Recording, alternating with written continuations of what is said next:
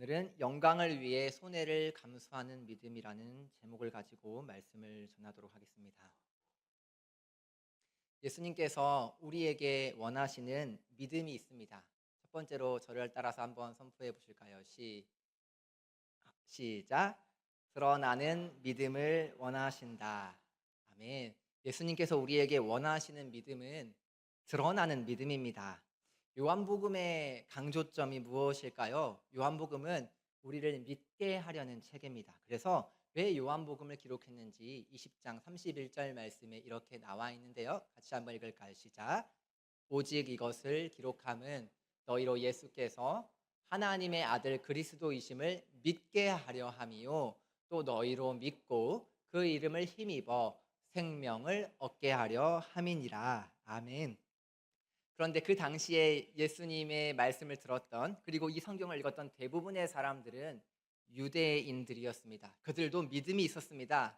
창조주이신 하나님에 대한 믿음이었습니다. 그러나 예수님이 이 땅에 오신 하나님의 친아들이라는 사실은 믿지를 못했습니다. 그래서 예수님께서 많은 표적과 기사를 통해서 내가 마리아와 요셉의 아들인 줄 아느냐? 내 아버지는 저기 하늘에 계신 하나님이시다. 나는 너희를 위해서 태어난 메시아고 너희를 죄에서 구원할 그리스도가 바로 나이니라 라는 것을 계속 보여주셨던 것입니다. 요한복음이라는 성경책은 크게 두 부분으로 나눌 수 있는데요. 그림을 보시면 1장부터 12장까지, 우리가 지금 살펴보는 게 12장인데요. 표적의 책이라고 합니다. 그리고 이제 주일부터 살펴보게 될 13장부터 21장은 무슨 책이라고요? 영광의 책입니다. 다음 그림을 한번 보여주시면 예수님께서 지금까지 많은 표적과 기적을 보여주셨어요.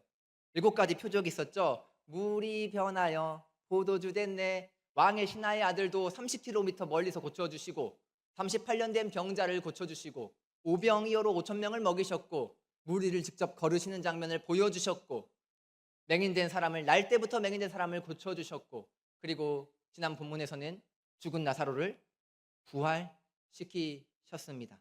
네, 이렇게 예수님은 자기가 어떤 존재인지를 많은 유대인들에게 직접 보여주셨습니다. 그리고 실제로 예수님이 보여주신 이런 많은 기적으로 인해서 사람들은 예수님을 믿게 되었습니다. 그 중에서도 마지막 기적인 나사로를 부활시킨 사건을 보고서는 예수님을 도저히 믿지 않을 수가 없을 지경에 이르렀습니다. 그런데 이런 놀라운 기적을 7개나 보여줬음에도 불구하고 여전히 예수님을 믿지 않는 사람들도 있었습니다. 본문 12장 37절 말씀 같이 한번 보겠습니다. 시작. 이렇게 많은 표적을 그들 앞에서 행하셨으나 그를 믿지 아니하니.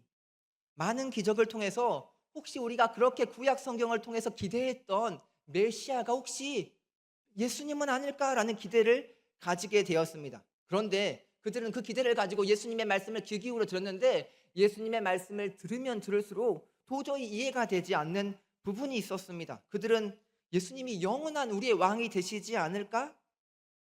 그런데 왜 자꾸 저 예수라는 분은 십자가에 달려 죽으시겠다라는 말을 하시는 거지? 본문 12장 34절 말씀도 같이 한번 읽어볼까요? 시작. 이에 무리가 대답하되 우리는 율법에서 그리스도가 영원히 계신다함을 들었거늘 너는 어찌하여 인자가 들려야 하리라 하느냐? 이 인자는 누구냐? 지금 유대인들은 누구를 기대하고 있어요?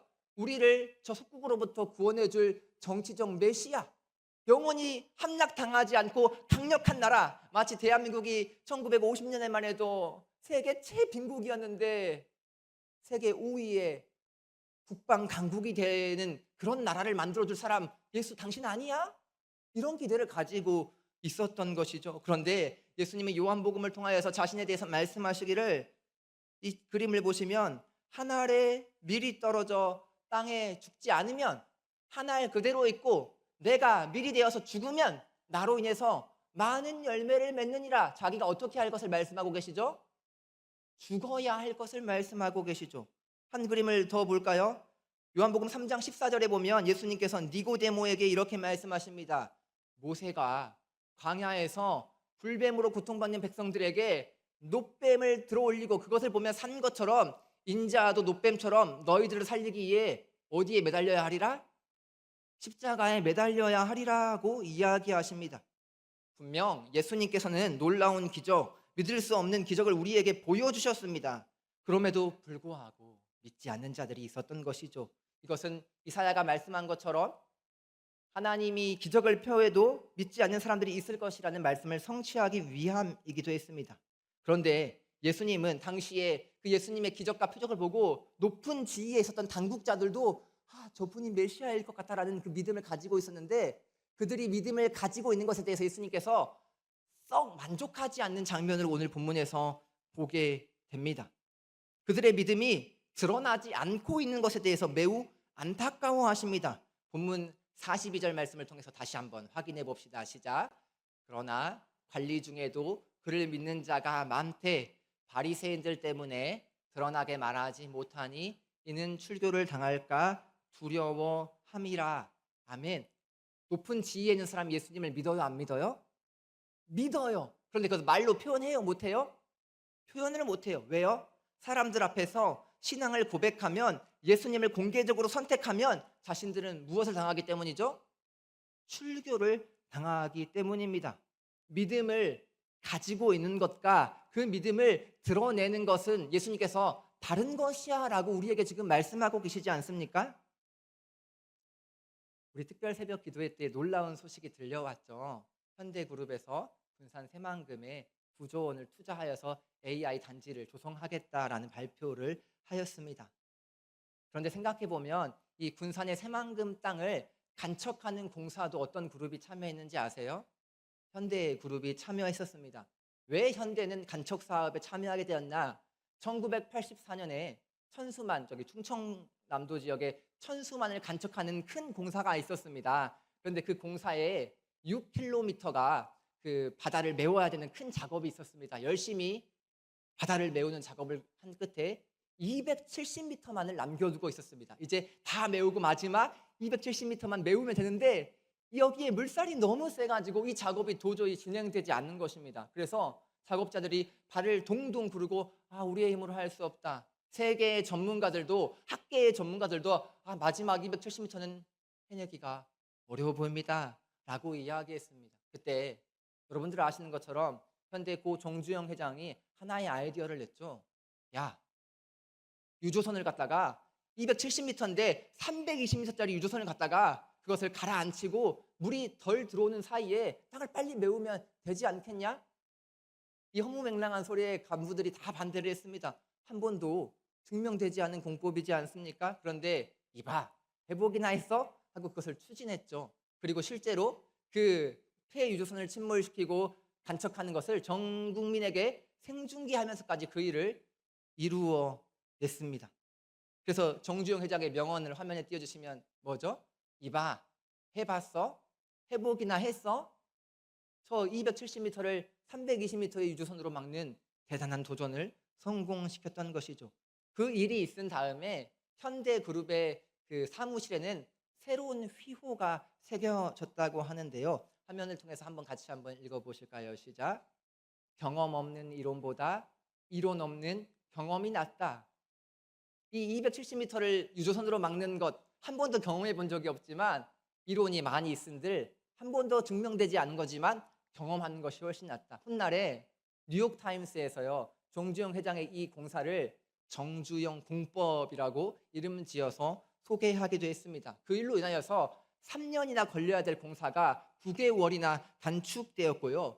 280억의 예산을 절감할 수 있는 놀라운 일을 하게 되었습니다. 여러분, 우리가 가지고 있는 어떤 지식이 있을지라도요, 우리가 가지고 있는 어떤 믿음이 있을지라도요, 그 지식과 믿음을 우리의 삶의 문제 가운데 사용하지 않으면요, 꺼내 보이지 않으면 그것이 의미가 있다고 할 수 있겠습니까? 같은 원리로요, 우리가 하나님을 향하여서 무엇을 가지고 있죠? 믿음을 가지고 있는데요, 그 믿음이 결정적인 순간에 북한군이 쳐들어와서 너 예수 믿어 안 믿어? 예수 믿으면 너 죽일 거야! 라고 할 때 저는 예수를 믿습니다 라고 말하지 못한다면, 그동안 가지고 있었던 믿음이 그 고백을 꺼내내지 못한다면 우리가 천국 가서 하나님 뵐 면목이 있겠습니까? 단순히 믿음을 가진 것만으로는 예수님께서 만족하지 않으신다는 것을 이제 좀 아시겠습니까? 이러한 사실은요, 나사로의 부활 사건에서도 예수님께서 우리에게 보여주고 계십니다. 그 장면으로 한번 가봅시다. 이미 나사로는 죽었습니다. 그리고 총 죽은 지 4일이 지나서야 예수님은 그 베다니의 나사로의 집에 도착하셨습니다. 우리 이 본문을 요한복음 11장 23절부터 27절까지 찾아서 한번 보기를 원하는데요. 같이 한 목소리로 읽어보도록 하겠습니다. 시작.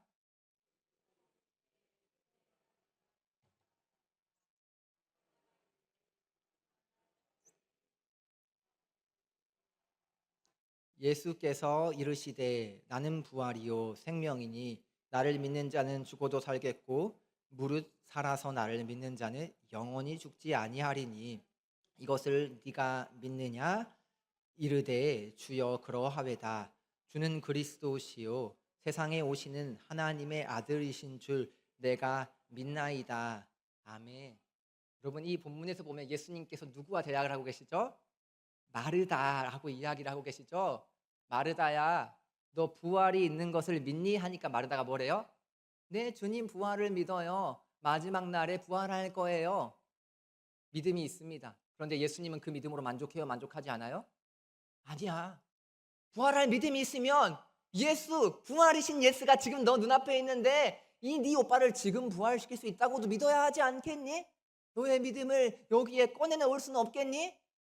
이것을 원하신다고요. 나사로는 장사가 되어 돌 무덤에 보관 중이었습니다.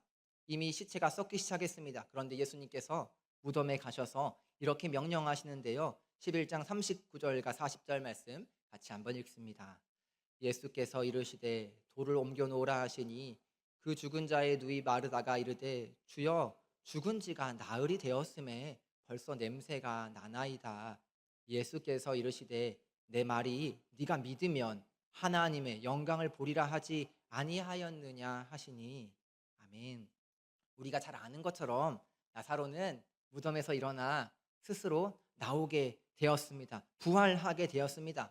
이 장면 가운데 예수님께서 마르다와 마리아에게 그리고 제자들에게 가르쳐주고 싶으셨던 것이 있으셨죠. 너희가 훗날에 나중에 재림과 부활이 있을 것이라는 믿음을 가지고 있는데 그 믿음을 뛰어넘어서 지금 부활의 예수가 당장 너희에게 부활을 줄 수 있다는 그 큰 믿음이 너희에게 있느냐? 그 믿음을 너희가 나에게 보여줄 수 있느냐? 나는 그 믿음이 너희 가운데 드러나기를 원한다라는 것 아니겠습니까? 두 번째는 이것입니다. 예수님께서 우리에게 원하시는 믿음은 손해를 감수하는 믿음을 원하십니다. 당시의 높은 사람들, 당국자들도 예수님을 믿었지만은 고백하지는 못했습니다. 고백하는 순간 출교를 당하게 되기 때문이죠. 세상에 눈치를 보느라 믿음을 숨겨야 하는 상황들이 얼마나 많이 있습니까? 특별히 요한복음 3장에 니고데모가 호기심으로 예수님을 찾아오는데요. 그러나 밤 늦은 시간에 숨어서 오지 않습니까? 사람들이 내가 예수님을 만난다는 것이 부담스러웠던 것입니다. 또 요한복음 9장에 보면 날 때부터 앞을 보지 못했던 맹인이 등장하죠. 그리고 예수님께서 그 맹인을 실로암 가서 씻겨서 눈을 뜨게 하시지 않습니까? 이 일로 당시의 사회가 팔칵 뒤집어 버렸습니다. 모두가 너는 맹인이잖아 이렇게 생각했는데 창세 이후로 맹인이 눈 뜨는 사건은 처음 보았기 때문이었습니다. 맹인이 눈을 뜨게 되자 그 사람도 기뻤겠지만 사실 누가 제일 기뻤을까요, 여러분들? 부모죠. 사람들이 뭐라고 말했어요? 야, 네 아들 앞에 못 보는 거 니들 죄 때문 아니냐? 이런 조롱과 멸시를 당해왔으니 그런 자기 아들이 예수님으로 인해 눈을 뜨게 되었을 때 제일 기뻐해야 될 사람이 누구였겠어요? 부모였겠죠. 그런데 그 부모가 종교 지도자들에게 끌려가서 신문을 받을 때 누가 이 아들을 눈뜨게 하였습니까? 라고 물으니 말을 합니까? 못합니까? 말을 못해요. 9장 21절과 22절에서 한번 확인해 보도록 합시다. 시작. 그러나 지금 어떻게 해서 보는지 또는 누가 그 눈을 뜨게 하였는지 우리는 알지 못하나이다. 그에게 물어보소서. 그가 장성하였으니 자기 일을 말하리이다. 그 부모가 이렇게 말하는 것은 이미 유대인들이 누구든지 예수를 그리스도라 시인하는 자는 출교하기로 결의하였으므로 그들을 무서워함이로라. 아멘. 오늘 본문하고 똑같은 상황이죠. 예수를 믿는다고 말하면 출교하기로 바리새인들이 긴급 법안을 만들었습니다. 출교가 무엇이길래 이렇게 쩔쩔맬까요? 출교에 대해서 한번 세 가지로 정의해 보았습니다. 첫 번째로 종교적 삶에서 완전히 배제가 됩니다. 회당에 모여서 예배할 수 없습니다. 성경 낭독도 기도도 참여할 수가 없습니다. 유월절이 있어도 제사를 드리러 갈 수 없습니다. 그러면 그 사람은 죄를 용서받을 수 있을까요? 유월절에 못 가는데요? 그러면 그 사람은 구원을 받을 수 있을까요? 출교 당하는 순간 이 사람은 뭘 못 받게 되는 거예요? 구원을 잃어버린 사람이 되는 거예요. 사회적인 관계도 단절되죠. 심지어 직장에서도 잘릴 위기가 있죠. 결혼을 했는데도 당신 때문에 우리 가족이 망했잖아 라면서 이혼당할 위기도 생길 것입니다. 가족에게도 핍박을 받을 것입니다. 경제적인 문제는 말할 것도 없고 그 당시에 사회보장제도 최저생계비 다 받을 수 있어요? 없어요? 없는 것이에요. 그러니 아무리 예수님이 좋아도 예수님이 메시아라고 느껴져도 사람들 앞에서 당당히 말하기가 쉬워요? 어려워요? 어려운 것입니다. 예수님을 믿는다고 고백함으로 손해를 봐야 했던 성경의 사례들은 많이 있습니다. 그중에서 한 장면만 한번 나누고 싶은데요. 다니엘 이야기 속으로 한번 가봅시다. 다니엘은 기도의 사람이었습니다. 이방 나라에서 살고 있었지만 그들의 보살핌 아래에 있었지만 내가 하나님의 자녀라는 그 정체성은 결코 잊지 않았습니다. 그런 다니엘을 잡아들이기 위해서 관리들은 새로운 법령을 만들었습니다. 왕에게 절하지 않으면 다른 신에게 기도하고 절하는 사람은 어디에 넣는다고요? 사자 굴 속에 넣는다고요. 당시에 높은 지위에 있었던 다니엘이 그 법령이 만들어진 것을 알았을까요? 몰랐을까요?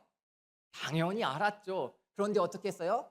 평소에 하던 대로 하루 3번 창문을 열고 예루살렘을 향하여서 기도했던 것이죠. 그렇게 기도하면 자기가 손해를 볼 거 알았을까요? 몰랐을까요? 알았죠. 그런데 그럼에도 어떻게 하는 거예요? 나의 무엇을요? 믿음을요. 누구 앞에요? 하나님과 사람들 앞에서 꺼내서 보여주는 것입니다. 하나님은요, 이런 사람 있잖아요. 자신의 믿음을 세상 앞에 드러내기를 주저하지 않는 사람 있잖아요. 그런 사람을 가만히 두지 않으십니다. 그러한 선택이 얼마나 어려운 것인지, 그 중심이 얼마나 하나님을 향하고 사랑하고 있는지 누가 제일 잘 아시기 때문이에요? 하나님이 제일 잘 아시기 때문입니다. 사무엘상 2장 30절 하반절 말씀을 같이 한번 읽겠습니다. 시작. 이제 나 여호와가 말하노니 결단코 그렇게 하지 아니하리라. 나를 존중히 여기는 자를 내가 존중히 여기고 나를 멸시하는 자를 내가 경멸하리라. 아멘. 마지막 세 번째는 이것입니다. 사람의 영광보다 하나님의 영광을 사랑하기를 원하십니다. 지난 수요일 새벽 설교를 통해 향유 옥합을 주님께 부숴버렸던 마리아의 이야기를 전해드렸습니다. 사랑하면 뭐 하지 않는다고요? 계산하지 않는다고요. 아까워하지 않는다고요. 행복이란 무엇인지 제가 찾아봤더니 무언가를 소중히 여겨서 평소에 할 수 없던 낭비를 할 수 있는 그 낭만의 상태를 행복이라고 합니다. 내가 무엇을 더 사랑하느냐에 따라서 기꺼이 손해를 감수할 수 있는 것이 행복이고 또 사랑인 것이죠. 그러므로 예수님께서 오늘 저와 여러분에게 원하시는 것은 야, 너희들 세상을 더 사랑해? 아니면 나를 더 사랑해? 마리아는요, 향유옥합을 가지고 있었습니다. 이 향유옥합은요, 별 볼 일 없어 보이지만 요즘 가치로 친다면 1년 연봉이니까 6천만 원쯤은 될 것입니다. 6천만 원 못 받으시는 분들도 많으실 텐데 6천만 원 정도 됩니다. 얼마나 큰 종잣돈이에요. 이 돈으로 투자를 하거나 사업을 시작해도 될 만한 미천이지 않습니까? 분명 이 돈으로 더 가치 있는 미래를 도모할 수가 있었습니다. 그런데 그 6천만 원을 가지고 가장 어리석은 선택을 하죠. 본전도 회수하지 못할 그 향유옥합을 예수님께 부숴버리지 않습니까? 가룟 유다가 말합니다. 그것으로 기분하지. 이 말이 지극히 정상처럼 여겨지지 않습니까? 마리아가 어떻게 6천만 원을 투자한 것도 아니고 땅에 꼬라 박을 수가 있었을까요? 마리아가 세상에서 누릴 어떤 이득이나 지위나 명예나 사람들의 칭찬보다 마리아의 마음속에 무엇이 있었기 때문입니까? 예수님을 사랑하는 마음이 있었기 때문이죠. 오늘 본문 43절을 같이 한번 읽어보실까요? 시작. 그들은 사람의 영광을 하나님의 영광보다 더 사랑하였더라. 7가지 기적과 표적을 통하여서 저분이 메시아일 거야, 단순히 마리아 요셉이 아니라 나를 구원하실 분일 거야 라는 믿음이 있었지만 말을 해요 못해요. 그거 말하는 순간 내 저금 쌓아놓은 거, 내 사회적인 직장, 최저 생계비 다 날아가니까 말할 수 없어요. 결국 예수님이 얼마나 위대하신 분인지 깨닫고 알았지만 무엇이 더 소중한 거예요? 나의 성공, 나의 평안이 더 중요하기 때문에 그 믿음을 드러내지 못하는 것이지 않습니까? 오늘 본문은 너무나도 명확하게 우리에게 질문을 던지고 있습니다. 우리가 만약 예수님을 믿고 있다면 예수님을 위하여서 내가 가진 그 어떤 것이라도 포기하고 드릴 수 있니? 사람들에게 듣는 칭찬과 인정을 포기하고 온전히 저 주님이 나에게 잘하였다 그 한마디면 만족해요 라고 선택할 수 있니? 너의 마음의 중심에 세상의 영광과 칭찬을 받고 싶은 마음이 더 크니? 아니면 하나님의 영광으로 가득 차고 싶은 마음이 더 크니? 네 마음이 어떠한지는 네가 시간을, 네가 물질을, 네가 마음을 어디에 쓰는지를 보면 이미 너의 삶에서 드러나고 있어.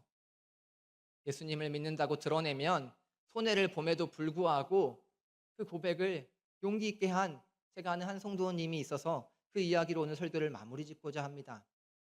얼마 전에 특세가 있었습니다. 이 성도님은 하나님께 오랫동안 해결받고 싶은 간절한 기도 제목이 있었습니다. 오래 교회를 다니고 있지만 해결되지 않은 그 문제가 자신의 인생의 가장 큰 골칫거리였습니다. 그리고 그 문제에 대해서 가족들마저도 매우 걱정하고 있었습니다. 그런데 교회를 오래 다녀도 그 문제가 해결되지 않았기에 가족들은 야, 교회 다녀도 아무 소용없다, 되려 가슴 아픈 소리만 했습니다. 몸이 건강하지 못하기에 새벽 기도회를 나와본 적이 없었고 새벽 기도를 나간다고 하면 가족들의 반대와 핍박이 있을 것은 뻔했습니다. 그렇게 힘든 상황 속에서 용기를 내어 가족에게 선포했습니다. 저는 내일부터 새벽 기도를 나갈 겁니다. 통보했습니다. 그렇게 생애 처음으로 새벽 기도회를 참석했습니다. 그래서 그 오랜 기도 제목이 놀라운 하나님의 표적으로 응답받았을까요? 그렇지 않았습니다. 오히려 가족들과의 관계는 더욱 어려움이 생겼습니다. 지금의 상황을, 그 상황을 누군가가 본다면 결국 좋아진 게 하나도 없는데 왜 특세를 나가고 그런 바보 같은 신앙생활을 하고 있니? 라고 누군가는 조롱할 것입니다. 그러나 하나님은 결코 그렇게 평가하지 않으십니다. 사랑하는 자녀야, 네가 이전에 나에게 가지고 있었던 믿음보다 이제 너가 더 큰 믿음이 되었구나. 가족의 지지와 응원이라면 어쩌면 너에게 가장 큰 울타리를 포기할 만큼, 오늘 본문에 따르면 출교를 당하여 너의 모든 안전장치가 다 사라지는 것을 네가 알매도 불구하고 나를 선택했고, 너는 하나님이 너를 칭찬하시는 길을 선택했구나. 사랑하는 자녀야, 사랑하는 내 딸아, 나는 너의 믿음이 어떻게 드러났는지, 너의 중심에 무엇이 있는지 알고 있단다. 나를 존중히 여기는 너를 내가 반드시 존중하리라. 주님은 말씀하실 것입니다. 사랑하는 성도 여러분, 믿음은 너무나 중요합니다. 그러나 믿음이 분명히 있다면 그 믿음은 결정적인 순간에 드러날 수밖에 없습니다. 아브라함이 이삭을 바쳤던 것처럼요. 그 믿음은 오히려 가장 힘들고 어려운 순간에 드러나게 되어 있습니다. 예수님께서는요, 그런 드러나는 믿음을 찾고 계십니다. 세상에서 누릴 칭찬과 영광보다 하나님 아버지께 받을 칭찬과 영광을 사랑하는 그 한 사람을 찾고 계십니다. 그 한 사람이 바로 저와 여러분이 되시기를 주님의 이름으로